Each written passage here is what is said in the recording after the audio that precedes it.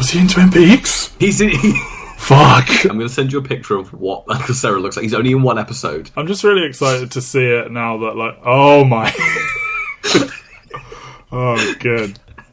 Good. Oh, wow. I can lead you astray, straight to hell if you like. Give me a big black box and I can open your eyes. Are we keeping it real? Are we keeping it tight? Are we all just victims of our infinite lives?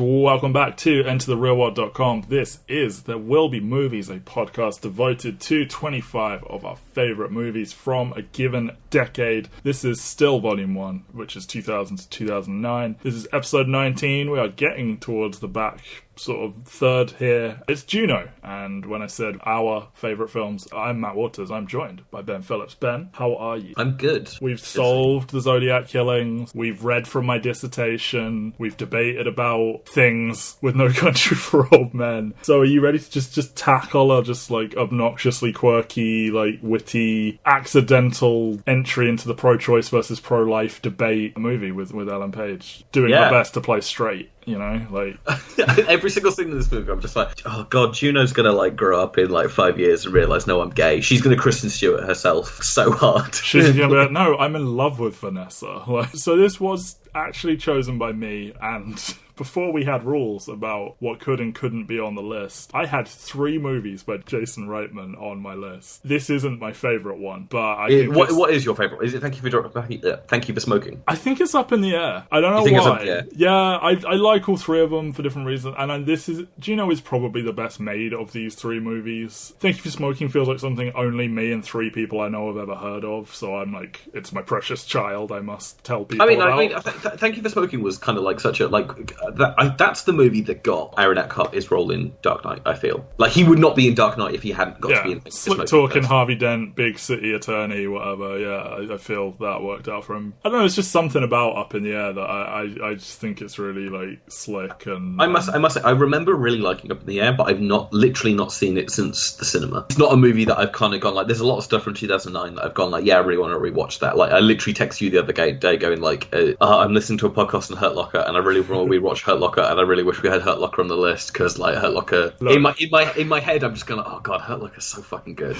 We deliberated these lists for forever. We still haven't locked down. I know.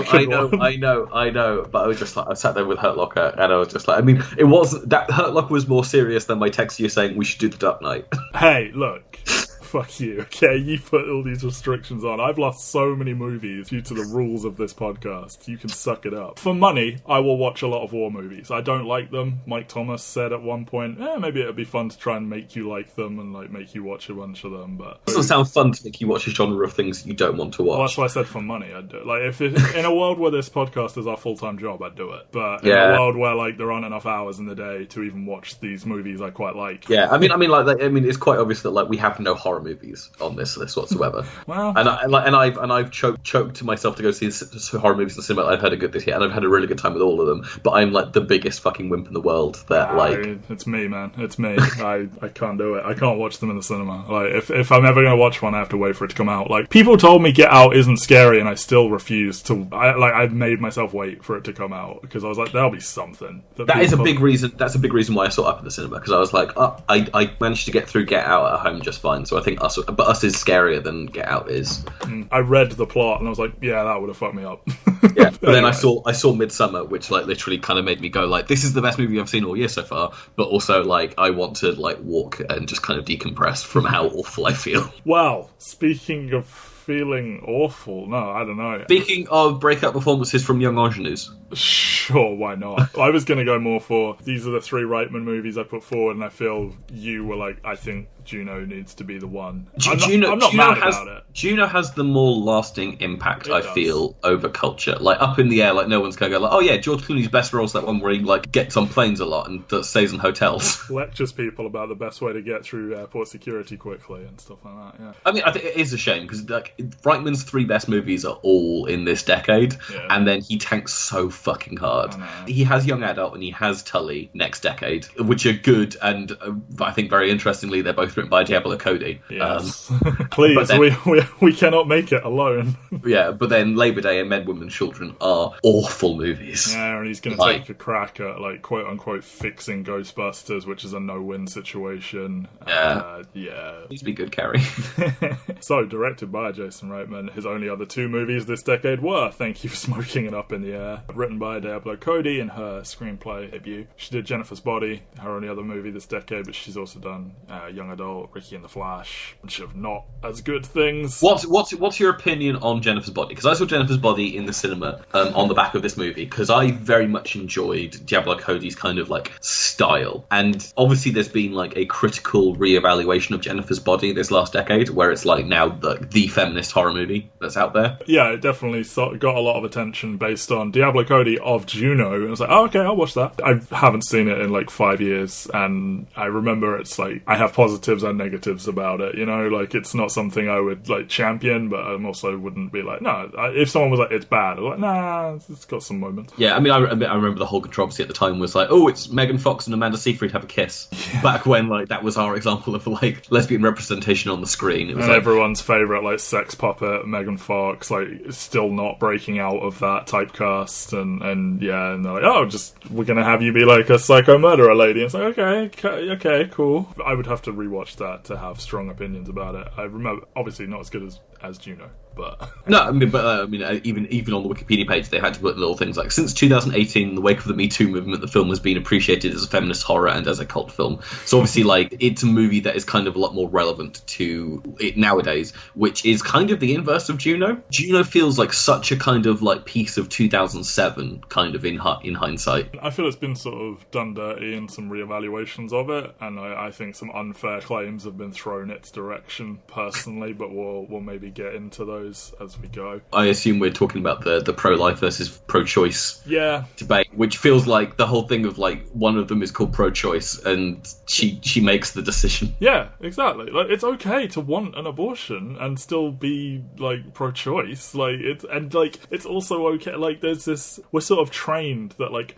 people like Juno, they would be so down to get an abortion. It's like, no, you can be like a woke, like intelligent, witty, progressive person and still be freaked out and not want an abortion. Like, that's fine. It's about not forcing a choice. At the end of the day, abortion is still like a fundamentally hard decision to do. Yeah, it's like the whole thing with kind of like abortion protesters and stuff like that is that they vilify the people that choose to do them and basically say like, you're bad for doing this thing, and like ignoring the fact that there are people out there who do feel bad for getting the abortion. There are people out there that like are literally like torn up on the inside that they've had to make this decision, but for economic or for personal or for whatever reasons they are forced to do it, and ultimately it is a person's choice to do what they need to do to their body. Yeah, and like being pro-choice doesn't mean like everyone get abortions constantly. It just means if you want one, have one. If you don't want one, that's absolutely cool, no judgments. Like, I think it's kind of fucked up that it's been co-opted as like, I was doing some reading earlier and it's like there were 3 big American comedies that year that like all featured characters having unplanned pregnancies and they all kept them, and it's like, this is how society feels. And I don't think it was like a coordinated effort. And like Diablo Cody and Ellen Page have been like, well, we're both very pro-choice and it's upsetting if you think that we're pro-life or whatever. Or it's fucked up they frame it that way as well. Like, saying I'm not pro-life makes you sound like you murder people, like trying to stack the odds in the first place. I think it's unfair that it had to take on these enormous, like, it got co-opted into this larger debate, and like a load of people blamed a bunch of like teen pregnancies that happened in the sort of year after the movie came out, and they're like, oh, it's the Juno effect. It's like, yeah, fucked. Like, don't put that on artists like that, man. Anyway, released December of 2007 in the US, February 2008 in the UK. We have talked 2007 to death, and we've got one more round to go next week, so not a lot for you to do there. I mean, I don't know if there's anything interesting about like its opening weeks or anything like that. Or Juno opened number 2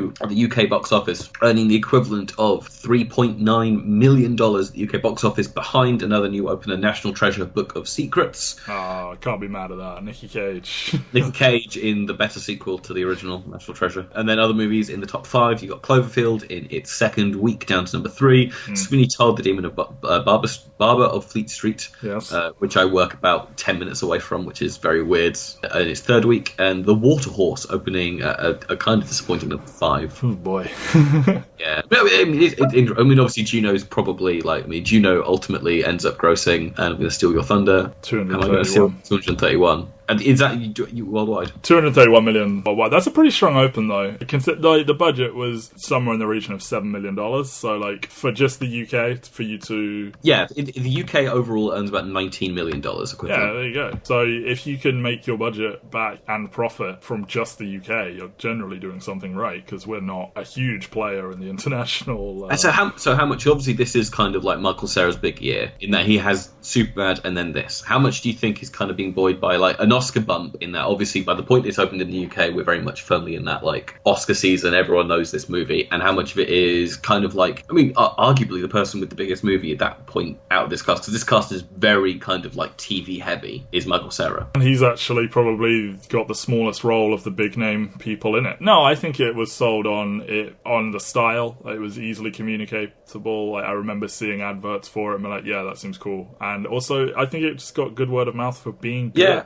it's just interesting that the poster for the movie has got Michael Cera. Oh yeah, he's all over. Like, all of the, if you had to conjure up an image for the movie, it's the two of them standing next to each other, and it's like, he is nowhere near in the movie as much as Bateman and Garner and Simmons, and he's probably in it about as much, if not less, than Alison Janney. Like, yeah, like literally all of the people, because there are only about 6 or 7 people in this movie, if we throw in like Olivia Thirlby as well, or Thirlby.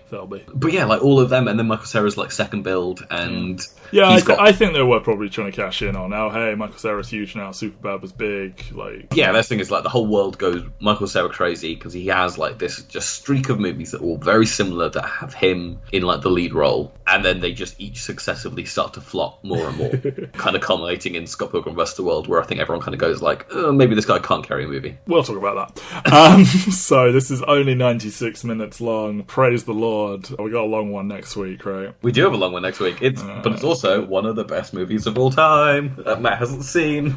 I'll let you name the podcast after it, and I haven't even seen it. But after, we've had some pretty long ones, so I'm glad. This one's short. As we said, 7,231,000, so big fat hit on a tiny budget. So, yeah, considering like most people say like you need to double your budget and then like 150% your budget to do it. This movie would have been fine if it earned a solid like $15 million.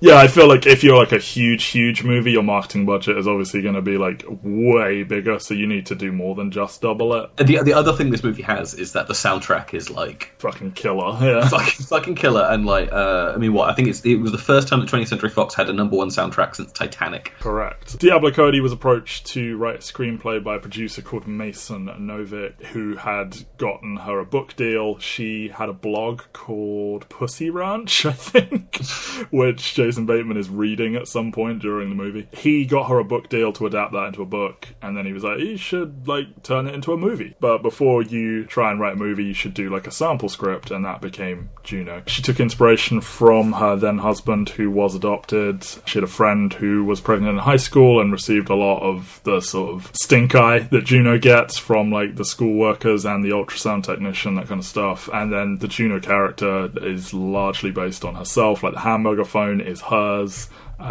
She dated someone called Pete who ate a lot of orange Tic Tacs, like all that sort of shit. Like it's direct from her, and so it would have to be. Like you can't just make this shit up. It's so specific. Yeah. That's the thing. It's so hyper specific. But I do have to ask it is that she obviously wrote this movie when she was in her like late 20s. I think so. Yeah. How much do you think is kind of like her memory of what she was like as a teenager, and how much of it is kind of like what her personality was like? I think it's that thing where like you look back in your teen years and you're like, oh, I was always this wise or whatever, but you maybe romanticize yourself a little bit because it's got that youthful energy, and like people praise it for how it was. We had that. We talked about it a bit with Superbad. Like there was sort of a rise of the sort of woke teenager or the like intelligent teen, and it's like, yes, teens are probably more clever than TV and movies have portrayed them over the majority of existence, but like some of them are clearly like a little bit too witty, and I feel that's the thing is, but I appreciate some of the touches. Like there's the moment that I actually didn't remember was when she goes to the abortion clinic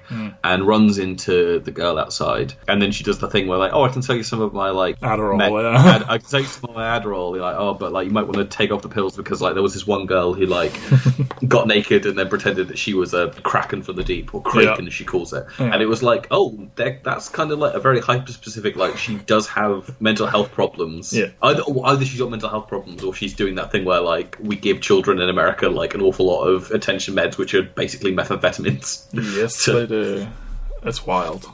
Like, it's such a weird thing. Like, it's such a cultural thing in the US to be like, oh yeah, we've got Adderall. It's like, in the UK, it's like, what? Why would you give this child meth? I know. It's fucking wild. America's crazy. So then this producer sent Diablo Cody's screenplay to his friend Jason Reitman, who desperately wanted to make it, but Thank You for Smoking hadn't come out yet, so he had no features to his name, so he struggled, and he was actually the second chosen director. I have forgotten to write down the name of the first dude, but he got it in the end, and then he cast Ellen Page based off Hard Candy. He'd worked with J.K. Simmons before. They got Michael Cera, and then Olivia Thirlby, she auditioned to be Juno and didn't get it, but they liked her. And then he took those four and he shot 45 pages worth of the script against just a plain black background as like a collective screen test to get financing, because he was like, what good is just a cold room, just an actor acting directly to camera? Like, give me the group, show me the dynamic, and like that really helped. And then they got Garner, who agreed to take a much lower salary, and then she recommended Jason Bateman because they'd just done a movie together. And there you go, there's your tiny little ensemble cast. This is Roger Ebert's favourite film of 2007. When you consider the movie we did last week and the one we're going to do next week, I think that's kind of crazy, as he is the biggest film critic ever, probably. There is an argument to be made that he is that. I'm not saying I go by the gospel of Roger Ebert, but it's just... No, I don't agree with Roger Ebert all the time, but like, he is very much like, he is the cultural force that kind of like, if you're going to think of a film critic, then it probably will be Roger Ebert is the first one. It's just every now and then he'll just completely break out of type and just go to bat for something like this. At the end of the day, his favourite movie of 2005 is Crash. Oh, okay. Never mind. Speaking of bad movies, I had to watch this on DVD because it wasn't on streaming platforms, and the ads at the beginning were for Jumper, 27 Dresses, and Be Kind Rewind, and I was like, oh man, a time for sure. Because like, we probably won't touch on how much in this, I'm so sad Olivia Thirlby is not in more stuff. I know, I literally relegated her to the miscellaneous at the end, because it's like, look, she's good. Her little side beat with like being in love with a like incredibly vanilla looking adult man is fun, but it's like, it's just too much going on everywhere else. Yeah, she's good. She's good. She's great in Dread. We won't be covering Dread for the podcast, but like, you can hear about Dread probably by the time this goes up on the Superhero Pantheon, and I was like, oh man, Dread's great. Maybe I should have pushed harder for it. Anyway, that list isn't set in stone. There's still time. So this movie is told in, I mean, it's technically in 4 bits because it's 4 seasons, but it's basically 3 and an epilogue. So we start in autumn. The gosh darn opening titles, Benjamin. It took 8 months to make these. Are they rotoscoped or is it hand animated? It's rotoscope, and they had her walking on a treadmill that they had to edit out, and it's really, really good. And it just, I think it really nails the tone. I mean, there's footage before them, but I think it really conveys the tone immediately because it's very got twee. That, yeah, but it's also got that element of like a teenager's like doodles or something, but like one that's into punk music, you know. So it's like, it is twee, but it has also got that tiny bit of a like I want to put this down immediately before it comes out. Juno's got better music taste than fucking Mark Loring. Yeah, he talks a big game, but the stuff he actually recommends to her is kind of hot trash. Everything he recommends is worse than the stuff that she's already into, and it's like, I get it that you were into music in '93, dude, and I get that you like this fucking like gory movie and stuff like that, but she's already watched fucking Suspiria, and she's into like the 1970s New York scene. Like, she's fine. Best time for rock and roll. Literally no one's ever said that about the 90s ever. And like, you know, I'm here for the 90s, but I'm not gonna stand there and be like, yeah, rock and roll. Like, I did a fucking like my favourite albums of every single year since like the album became an art form,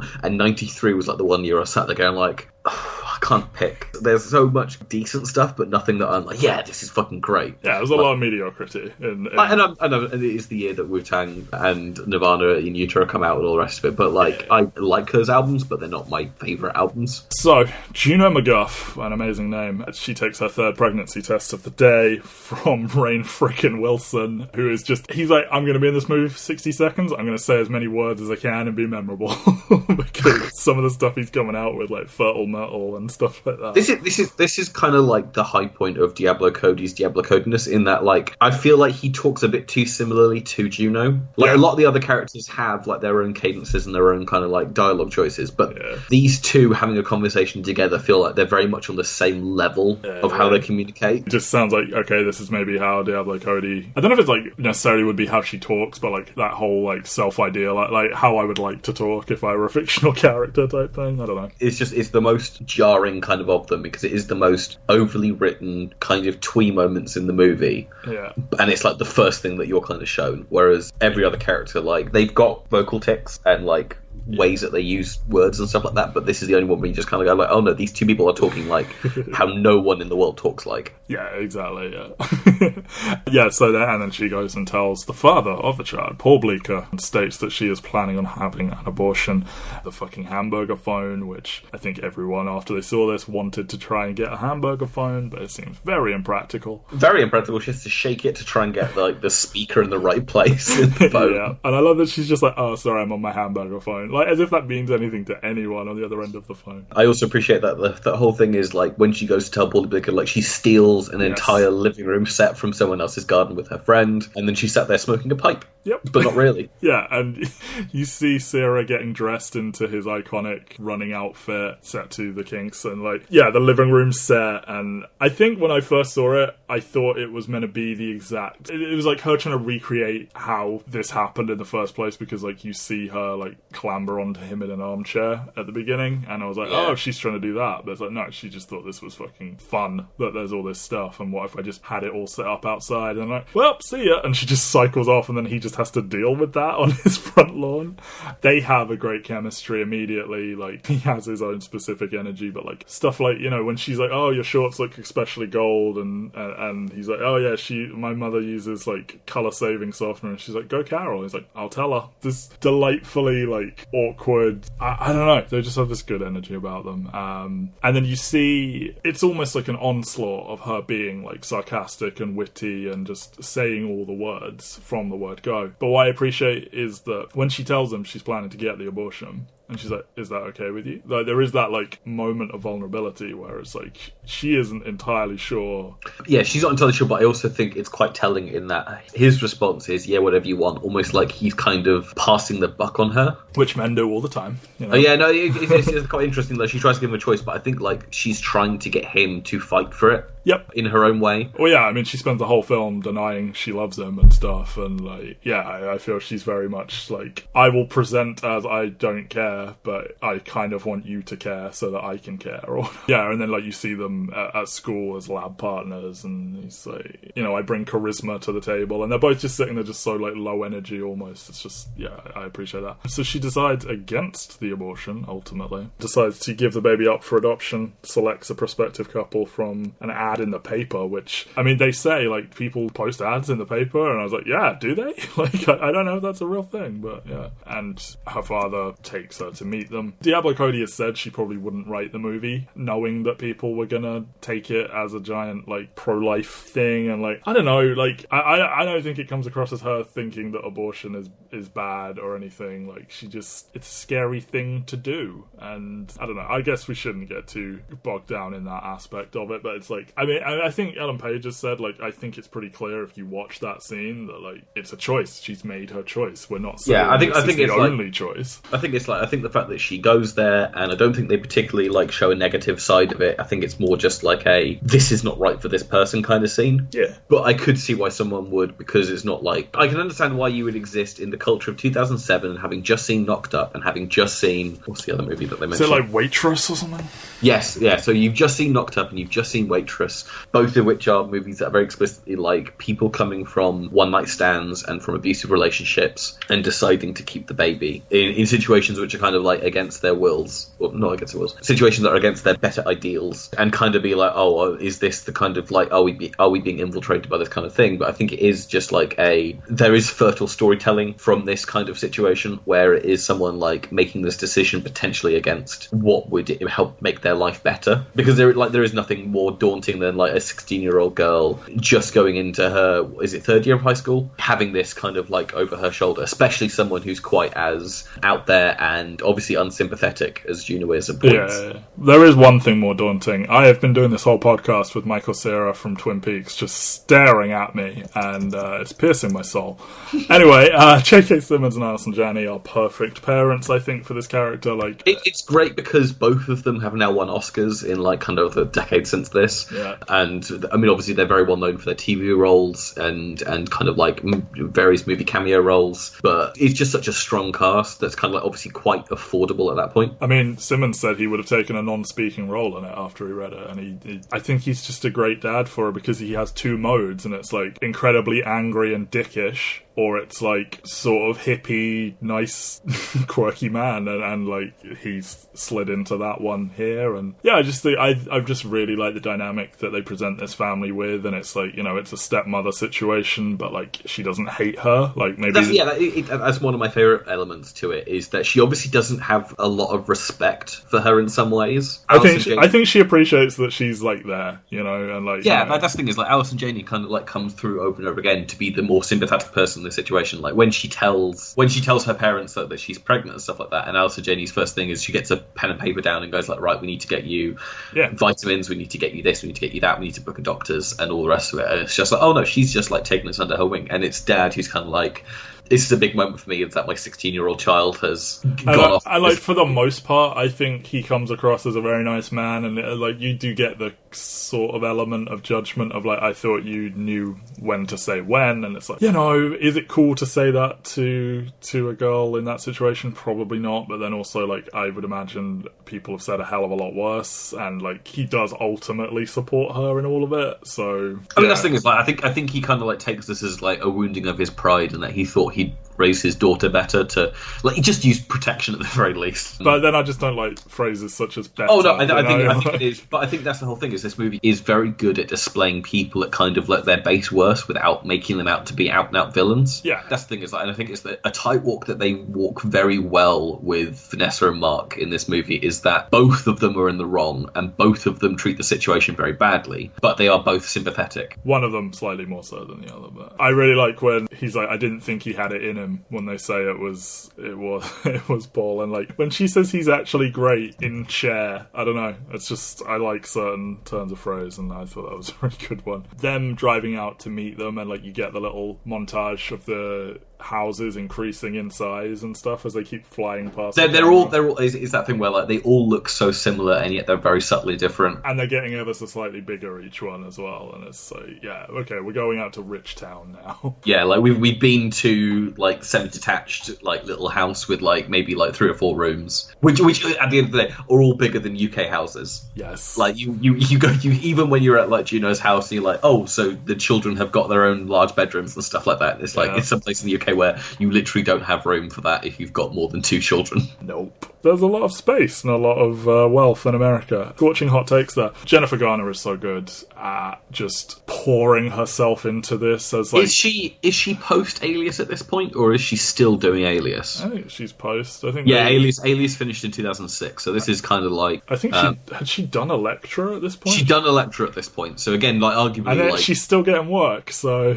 Yeah, so she's done Daredevil 13 going on 13 Elektra. So this is kind of like, she's finished Alias, she's got time to kind of like go off and do movies, which is why she's kind of like taking that pay cut, but... Oh yeah, she was the only one they mentioned had to take one, because... I mean, yeah. Everyone else is like firmly TV level at this point. Yeah, and Bateman's still trying to... Bateman really fucking blew up. Like, he's in hundreds of movies, I feel. Emmy award-winning Jason Bateman. Yeah, I know, but like... He won an Emmy for directing a show that is downright ugly. Are you talking about Ozark? I'm talking about Ozark. Okay, I still haven't seen it. But I just mean, like, you know, he's still very much a TV man, and he would go on to have this enormous film career. In terms of, like, he consistently gets a lot of work. Anyway, Vanessa's just sort of desperation to be a mother, and just like, so I don't know, like you can feel she's like preemptively trying to guard herself from heartbreak here, and like just desperate for it to happen for her. I love that they managed to nail the dynamic between these two so immediately, in that like she kind of says like, have you ever felt like you were built for like one thing. Yeah. And obviously, like, they've had problems in conceiving and all the rest of it. And then you have Mark, who's just like, he doesn't care. He clearly doesn't want a baby. He clearly doesn't want a baby. He's going along with whatever his wife wants. Yes. Maybe because, like, she's so domineering and all quite focused on doing it, and he doesn't want to, like, rock the boat too much. You get all these little bits where, like, Juno goes upstairs to use the bathroom and she finds his guitar room. Yeah. And he's like, oh, yeah, I have the one room in my house. And she makes the flippant joke about, like, but it's obviously, she's kind of like, she is the one who, even though he's the one who's bringing in a lot of the money, she's the one who's choosing how they spend it and what they spend it on. Yeah, and like, you know, you get your own room in your own whole house. Wow. You see this kind of thing a lot, I think, where like somebody's interests are relegated to one room or whatever. To stop it being all over the house, you can have a whole room or whatever. He does a really good job of being like nonplussed all the time and just sort of, I want what she wants. As like, it's like, you clearly don't want a baby, but like, you don't want to break up. And if she doesn't get a baby, you're probably going to break up. So I feel he's just sort of going with it. And it will come out later in what he says.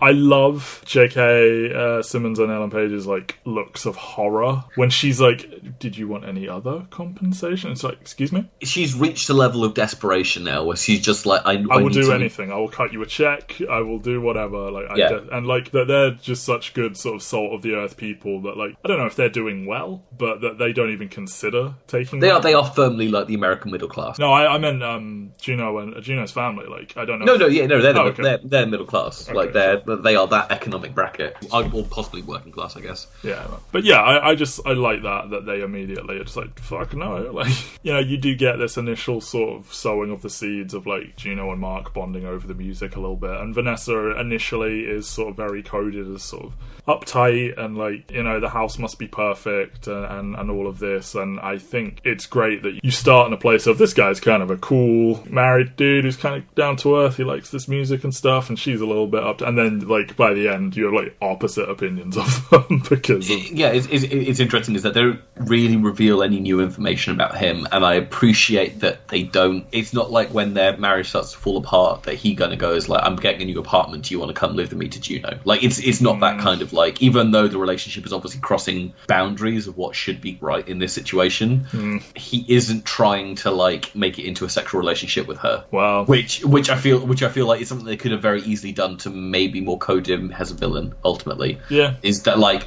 at the end of the day he's fallen in love with a 16-year-old girl who's having the child he's going to have with his wife. It's a super easy thing they could do. Yeah, definitely. And obviously like there's a lot of touching and a lot of kind of like inappropriateness, but there isn't a... I think they leave a lot of it to the subtext. Yes, but I appreciate that it's not like... It isn't that kind of relationship, or at least they don't explicitly make it that kind of relationship. So we move to winter, and Juno's pregnancy is coming along. She's starting to show. A lot of people are talking about her around the school, and she takes this ultrasound picture over to Mark and Vanessa's house, and Vanessa isn't there, so they bond even more over the music and the horror movies that we mentioned earlier. I really love the look of judgment from the ultrasound technician, and then when she's like, thank goodness, when she says she's going to give it up, and then Alison Janney's like, the fuck is that supposed to be? This is such a good scene for her. Yeah. I think everyone in this movie is impeccably cast, and everyone kind of gets like that really good moment for them, and this is Janney's, is her just kind of like, what's your job title? And then she goes like, well, I'm a nail technician, I think you should keep to your lane.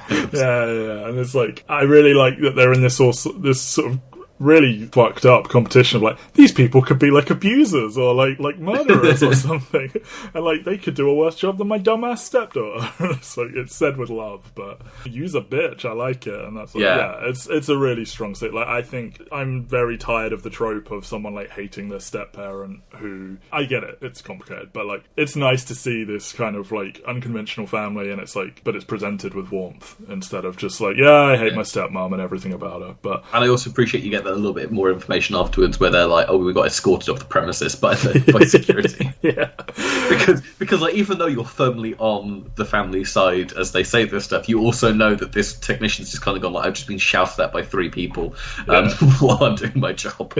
I think Bateman again really nails it when like she presents him the ultrasound picture and he's like, oh hey, look at that. And it's like, you can really tell here that he doesn't want it. I mean, you know from the first, like his body language in the first scene and how not in any way excited Yeah, he is about it. but then we also get our first kind of like crossing of a boundary where they sit down and they sit and watch The Wizard of Gore, this movie which is on YouTube, and I watched some of it last night, and it's exactly what you think it's going to be. Vanessa sort of gets home and like she's got all this stuff, and it's like, you know, you're not getting a baby shower. Like, why wouldn't you get a baby shower? And they're like, oh, it's not set in stone. And there's this, he mentions how a previous situation didn't work out, and he says cold feet, and it's got such subtext because it's like, I mean, I think you're supposed to take it as the mother backed out, but like you could also see it as like, yeah, I tried to like torpedo this in some way, or like we know he has cold feet, so it's like it's got this great little double meaning to it. And the way he takes on this, he does a lot with his like looks and tones when he's in the same room as both of them at the same time, and it's like this sort of this secret thing that's happening. And yeah, like her stepmom does lecture her about it afterwards, of like, you know, you can't just drop in on a married couple, this isn't appropriate, blah blah blah. And you can feel it is going to go to some uncomfortable territory, but I think it ultimately doesn't quite. But it's just like, if you were seeing this blind, you're like, oh, this is going to go to a bad place. This is going to go to a place that will make me feel uncomfortable. Yes. Juno heads over to visit Bleecker. She bumps into... I didn't really know how to sum up the plot at this point, because it's just some things are happening, but she also bumps into Vanessa at the mall. But like, I like both of these scenes. Like, Bleecker also points out that it's not really normal for her to hang out with this like adult man who's married, and like you're giving him the kid and everything. I really like the way they both handle... You know, he says, I think you're beautiful. They both just sort of... It's as if it wasn't said. A lot of film and TV, it's like, it's this big thing, and I think in real life this kind of thing happens where like people don't quite know how to take something, so they just sort of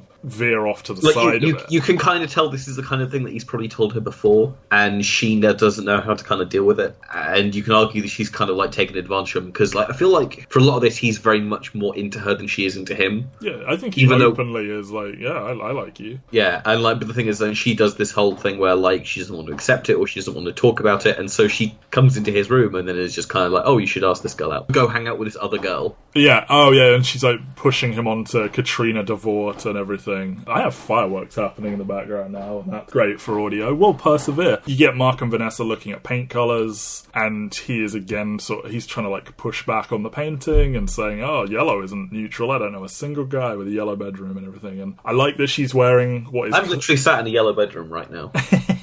I had a blue and yellow bedroom at one point. I had a red and white bedroom with a Pokemon strip along the middle because I lived inside a Pokeball for a good few years of my life. This is twee. I like that she's wearing what is very clearly his Alice in Chains t-shirt to paint in, and it's like, you can read it multiple ways. Like, I don't give a crap about the stuff that you own. I think this is like an old ratty t-shirt. And exactly. Is that the shirt he's wearing later on in the movie? No, he's wearing a Soundgarden t-shirt, I think. He likes grunge, I get it. He likes grunge too much. Yeah, look, as someone who likes grunge, the grunge wave movement, largely overrated. There was some big albums, but like, if you go beyond the big sort of 3, 4, 5 names, trash. Like, all of it. Anyway, when they see Vanessa in the mall, and like Juno has that very like, it starts off as a joke of like, let's spy on her, and like, oh, she's gonna steal this kid. She has this very clear like, wow, look how much she wants to be a parent moment. I know, and that's this gutting moment where it's just like this person who's so obviously like, this is what she wants in life. Yeah, she is so happy in this moment of just playing with someone else's child. Imagine what joy she'll get from her own. And it's not that Juno ever doesn't take the situation seriously, it's just she's very flippant in how she behaves and everything, and it's like, yeah, no, I want you to have this kid, that'll be cool. And it's like, I feel this is where it's really hitting her that like, I'm gonna like massively impact this woman's life and everything. And then you get this whole beat with like, the baby won't kick for Vanessa until she talks to it, and like, I don't know if it's brave acting, but you know, obviously in real life, if someone did that, you'd be kind of like, the degree to which she talks to the kid, you'd be a bit like raised eyebrow, but like, it's pure and it's lovely. And yeah, the baby does kick for her. Yeah, again, like this is my favourite moment for Jennifer Garner in the movie, is this moment of kind of like despair when she puts her hand on the thing, and this kind of like this self-doubt of whether or not she'll be good enough to have this child. Yeah, and like if it had ended there, that would have been so depressing. If it's like, it won't kick for me, and then if Juno just made a joke to diffuse it, and then they just went their separate ways, that would have been so gutting. But for it to end in that nice little way with her looking up with the big beaming smile, like, it's just nice. We move to spring, and Juno Juno is at 8 months pregnant, and she has a falling out with Bleecker over him taking her advice, and he's going to take Katrina to prom. So, and then he literally says to her, so that you broke my heart. Yeah. I was still trying to be with you, but you, whether or not it's because she couldn't be with him because she didn't want the abortion, or for like, I feel like this part kind of like, I wish there was a little bit more of like explicit of like what exactly happened in the aftermath, because I feel like they don't have quite a few enough scenes to kind of like drive home. It's like, was Michael Cera just busy, or did you just not want to focus on him, or what? Well, the thing is, it's just like they don't hang out, and it's just like, oh, we've not hung out anymore, and it's like, I wish we'd kind of seen her blowing him off or something, because all we get is her trying to see him, really, and talking about him, and and there isn't that kind of clear separation that would make you feel like, oh no, this is how he broke her heart, rather than we're supposed to imply it from, oh, go hang out with another girl, rather than me. He's very Michael Cera here, saying stuff like, yeah, I should just be cheesed off at you, and it's like, oh, Michael. So she, pissed at Bleecker, heads over to see Mark again, and like she's putting on, it's not lipstick, but you know, she's like looking at herself in the mirror and like touching herself up before she goes over to see him and everything, and like just before this he'd like called her, she'd called him just to like say, oh yeah, listen to that music and everything. Like, it's all very like, ooh, I feel she has a minor crush on him, or I think she's like, he's an adult and like he's kind of cool. I don't know if she's like has an actual crush on him. I don't think she sort of reads the danger of the situation or something. I think she's very like, I think the way she tackles life means that she's just not really like aware that, hey, this is crossing into weird territory here. Yeah, like she has the conversation with her stepmom and she's just like, adult men and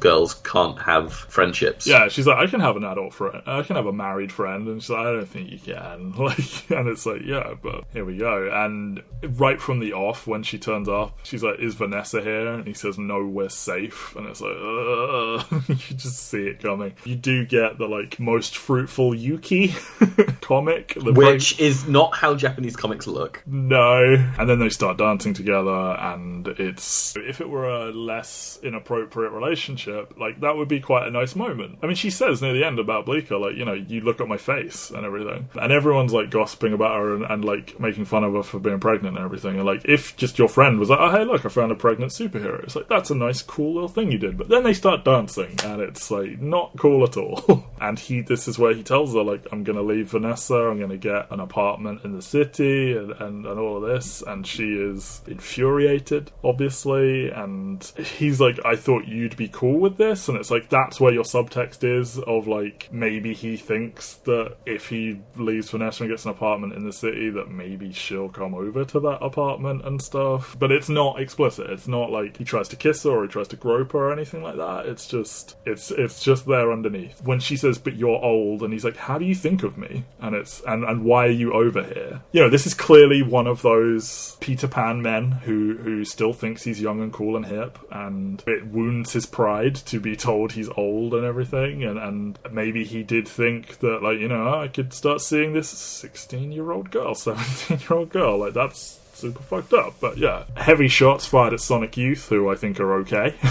But she's like, it's just noise. And then when Vanessa comes home, the way this scene is coded, with like Juno looking very like something's just happened, and him doing the whole, like, if you just saw this scene cold, you'd think that he just kissed her or something, or just tried to touch her, because it's very like him covering for them both, and like her just sort of silently staring at the ground and stuff, and that Vanessa picks up on this and she's like, what did you do? And it's all just so but without fully going there, and but then I think it does ultimately veer in a better way, where, I mean, it fucking sucks for Juno that she's got to stand there while this couple break up around her, but like, it doesn't devolve into the ugliest version of this it could have been. And it's not that it's like a friendly breakup, but it does take a slightly more nuanced turn than I was expecting when I first saw it, for sure. And there's this, on some level, she is being kind of mean when she like doesn't respect his passions and stuff. When she's like, you know, because you want to be a rock star, and he's like, please don't make fun of me. It's like, that's valid. Don't completely like mock him like that. But then I feel he is so far behind in terms of points here, in terms of the way he has treated everything, that like you were saying earlier, I think that you think they're both right. Well, they're both wrong, but they're both sympathetic. I think she is a little bit wrong and he is a lot bit wrong.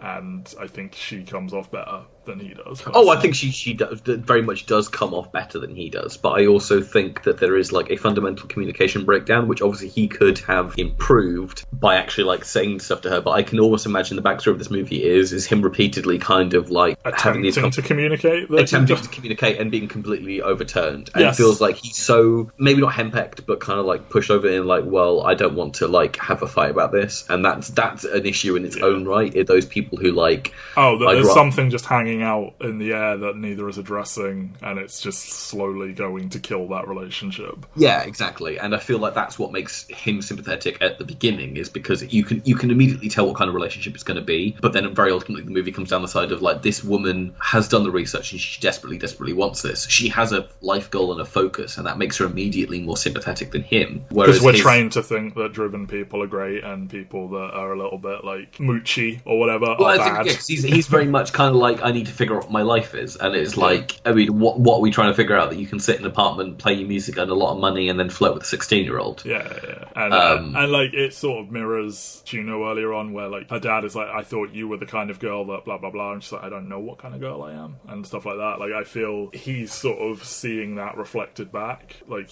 I feel he's like a stunted adult in some ways. Yeah, it's like Juno is definitely older than, or like she is wise beyond her years, even if she's still very emotionally not immature. And then he is kind of the inverse of that, where he acts a lot younger than he should. And that's possibly because he works from home and doesn't have interaction with other people, because he earns a lot of money for doing what he does, because he was in bands and had people kind of going for those kind of things. I think he's got that whole glory days syndrome thing. Yeah, and you can tell that Jennifer Garner's probably like one of those people who was like a groupie of his band and they met in that kind of situation or something like that. And then she's aged out of it and is just kind of like, can you put away the shirt that I bought you in like 95? And it's tough, like when you like, I think a lot of stuff like romanticizes sport and stuff, that like particularly like high school sport, college sport, that kind of stuff, like Friday Night Lights, you know, these are the glory days, like this is special time, like you won't get it back. And then there's also a backlash against it where it's like, just grow up, it's just this thing. But like there is something in between there where like this thing where like it is everything to you and there's a very limited window, and that goes away one day and it's very hard to like leave it behind you. And I think it's interesting in that you've kind of got, because arguably you can tell from how Juno is treated at school, in that she's not having the best time of her life in high school, compared to presumably like Jason Bateman, even though he probably wasn't in high school in 93,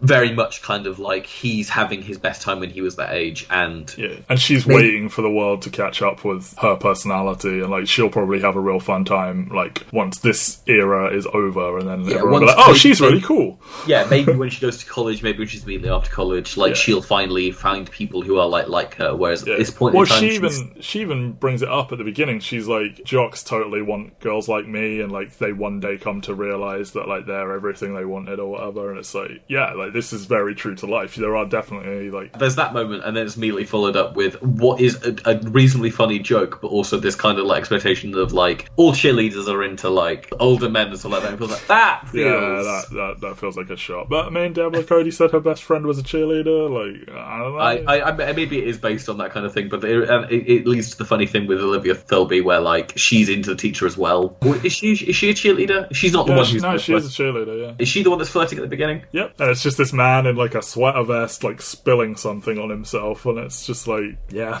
that's happening. Not to say that there aren't women who are into that, but I think it makes it funny.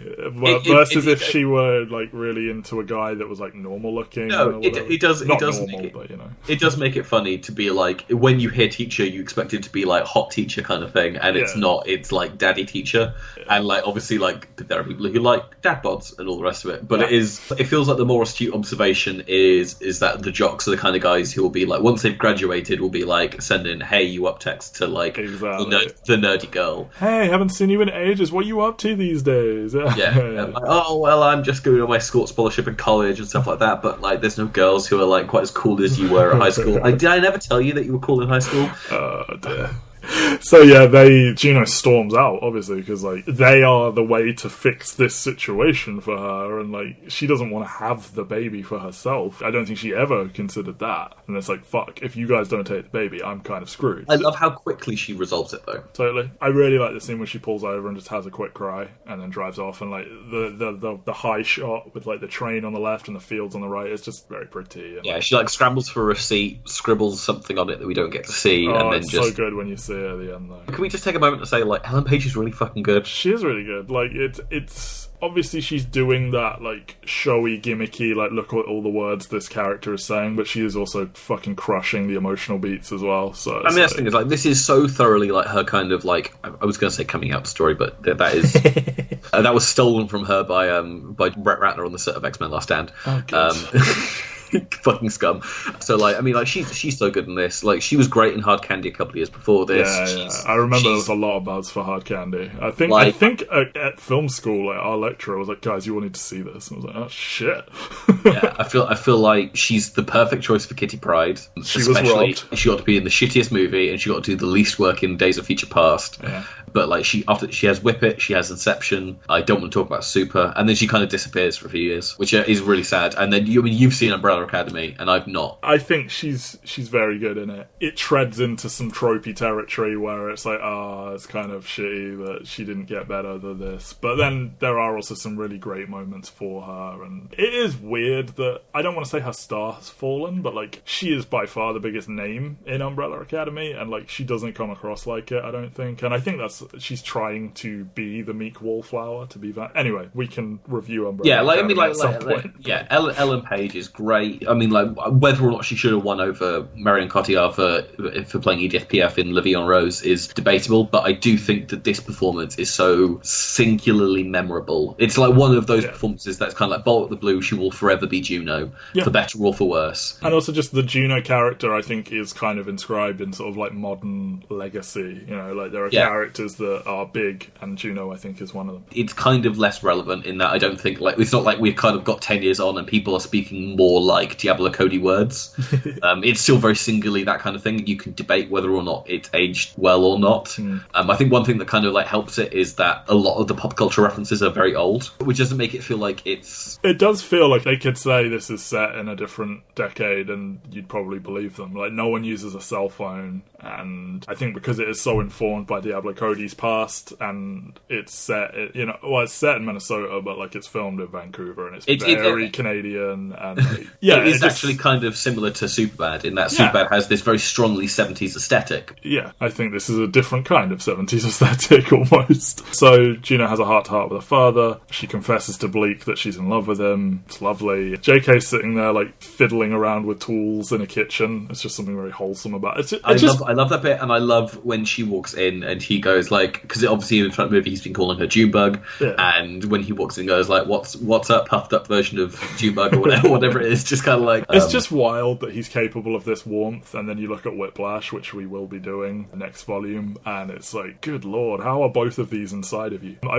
mean, especially when like at this point he's probably most famous for J. Jonah Jameson. Yeah, true. I really like the comment about, like, they're talking about, so they have a daughter called Liberty Bell, LB, the second most famous Liberty Bell in fiction now. They're talking about how she's gone to like Tots ice skating or whatever, and I just really like that Alison Janney went on to do I, Tonya, and she won the Oscar for it, right? She did win the Oscar for that one. That's just whether or not she should is debatable, and maybe we'll cover Ladybird next time. Okay. He gives that like really nice warm advice about find someone who accepts you when you're ugly, pretty, like everything. It's just nice, and like, you know, her filling the mailbox full of the Tic Tacs and everything. And when they have their little confessing feelings and kissing scene, I think it's really nice where like she's like, you're so cool and you don't even try, and you're like, I try really hard actually. And just, it's really nice. And the line about like the baby kicks like crazy whenever I see you, and that you look at my face and everyone else is looking at the bump and everything. It's just like, yeah. And then you get that nice little beat where the jock looks all bothered while they're kissing and everything. Which is like, so my partner walked in during that scene and was just like, oh, is he something to do with the movie? And I was like, it's a callback to a joke from about 90 an hour minutes ago. ago. Yeah. Yeah. But it's a nice little detail, I think.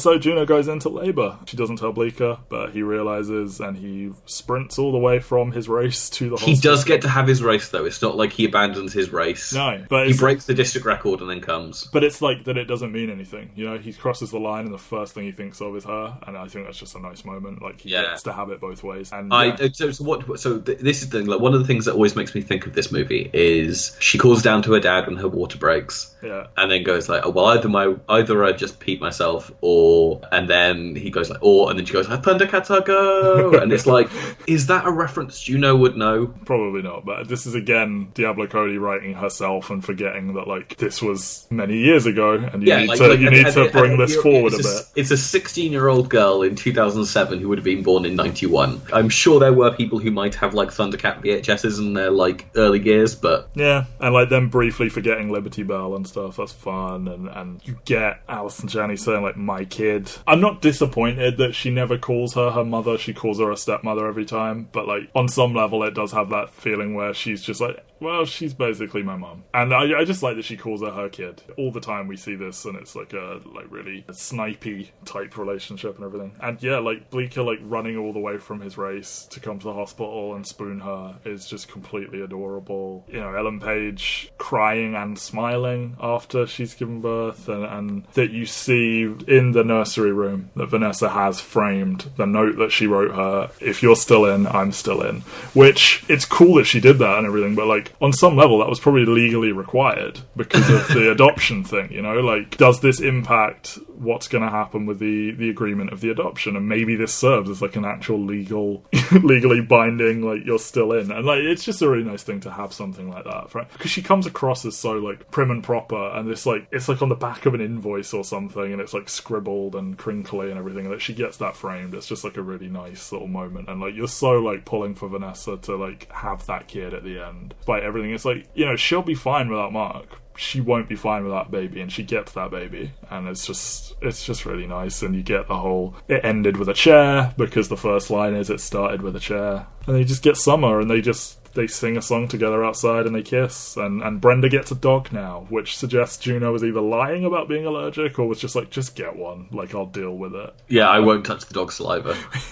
It's just really, really sweet, and, like, seeing the team run by as the last sort of it's a weird kind of, like, almost semi-Greek chorus type thing whenever they run by. It's that, like, weird theatrical thing. Yeah. What do we think about Anyone Else But You? It's a nice song. I think they said that these two sung it better than they did. I mean, the Moldy Peaches can't sing. No. The whole thing is, like, they are called anti-folk. Yes.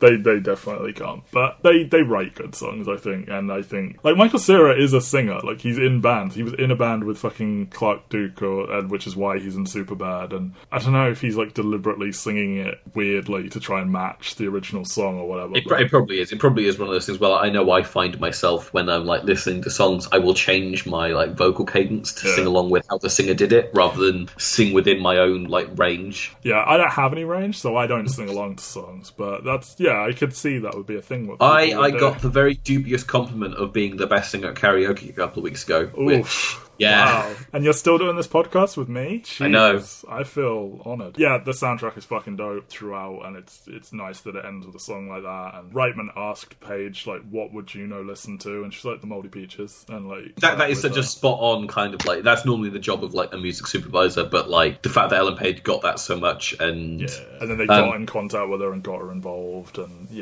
So who do you think has the stamp on this movie more, Jason Reitman or Diablo Cody? I think kind of has to be Diablo Cody. Okay, it's definitely, like, the characters are just, their lips are moving, but it's her words kind of thing, which is obviously true of every movie, but you know what I mean. I think some of the emotional beats are pure Reitman, though, like, and the sort of sense of middle-aged malaise that is coming from the adult characters, I think, is coming from him. I think it is a blend of them both, actually, honestly, like, because, you know, we'll see that, you know, they drifted apart and then have come back together more recently or whatever to try and recapture the magic or whatever. Yeah, I mean, it's just that very interesting thing where, like, the 3 movies he's done with Diablo Cody are the 3 movies that he hasn't written, and he kind of has a bit more of an anonymous style than other people. Like, you could watch Thank You for Smoking, Juno, and Up in the Air and see they're all quite differently visual. I didn't know they were all by him until you pointed that out. Yeah, like, that's the thing, is, like, he is quite an anonymous director, and whilst, like, he writes a lot of his own stuff, and obviously, like, as you say, like, malaise and middle-aged malaise and stuff like that with, like, Labour Day, Men, Women, Children, and even his TV series, Casual, like, are all very much... Oh, is that him? Yes. All right. Are all very much in that kind of vein. Casual's really good. I'm a really big fan of Casual. In fact, I think both Diablo Cody and Jason Reitman have got fantastic TV shows under the belt. Like, Diablo Cody did United States of Tara, which takes a couple of seasons to get going, but the 3rd season is brilliant. It's where I met Brie Larson for the first time. Oh.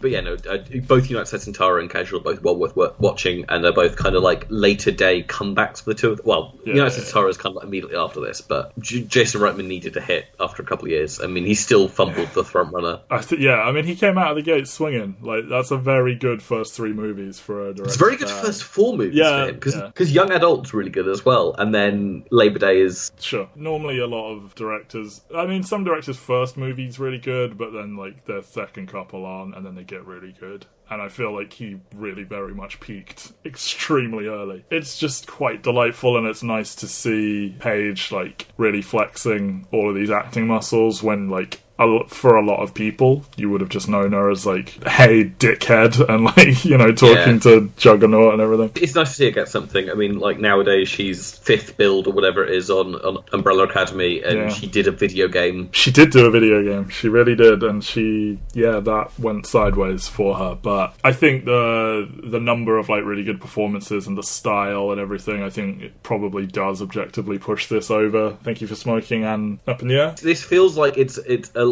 lightning in the bottle moment of kind of like Jason Reitman and Diablo Cody both working at the kind of peak of their creativity. The tweeness is maybe a bit much in this day and age, but I also think it's what makes the movie so memorable to start with. Like, if it didn't have something that made it stick out, we maybe wouldn't be talking about Juno quite as glowingly as we have recently. But it's a fun movie. It's a very nice palate cleanser in between the 2 movies that we're discussing either side of it. Yeah, we are covering 3 of the 5 Best Picture nominees. This was one of them. It's very important to say is that, like, even though the race was between No Country and the movie we're discussing next week, Juno was still very much in that thing, and she won Best Original Screenplay. Well, as you said, we are doing a very different style of movie next week. We will be doing It's the Moment of Truth, the film the podcast is named after. There Will Be Blood. That will be next week. Go to entertherealworld.com, Mike and Matt on SoundCloud, like, comment, subscribe, tell people about it. Hey Craig from work, if you're still listening. Until then, though, I know there will be blood, but will there be movies? There will be movies, and there will also maybe be milkshake.